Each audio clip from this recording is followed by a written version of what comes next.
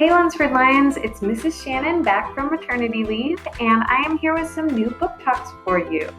April is Autism Awareness Month, so each of my book talks during the month of April will focus on the topic of autism awareness. For my first book, I will be reviewing The Someday Birds by Sally J. Plough. I hope that you enjoy it.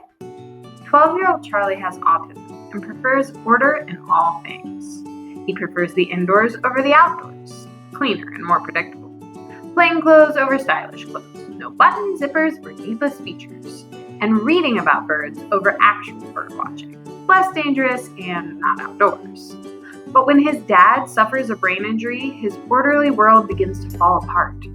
Now he must learn to live with his grandparents who don't always respect his rituals, such as washing his hands with exactly 12 pumps of soap and 12 rinses.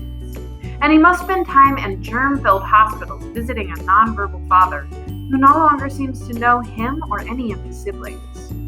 Then there's the mysterious Ludmilla, who just showed up in his dad's hospital room one day with her piercings and tattoos and strange accent, and won't leave.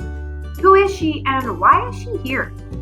When Charlie's father is transferred from a California hospital all the way to the state-of-the-art research hospital in Virginia, Charlie must undergo a road trip with his two unruly twin brothers, his moody teenage sister, and the mysterious Ludmilla in order to be reunited with him there. A road trip filled with all the unknown, germy, wild, and scary things Charlie makes it his business to avoid. But a sighting of a great horned owl and the discovery of a journal that once belonged to a famous bird scientist bolster Charlie's courage and his determination to help his father recover his memory and language and return to the land of the living. For fans of Counting by Sevens, this humorous and heartfelt tale about dealing with grief, being part of a family, and embracing the unknown is sure to please. I especially enjoyed Charlie's unique voice as the narrator of the story and the character building in general. Each character is thoughtfully written, which allows the reader to immediately get into the story.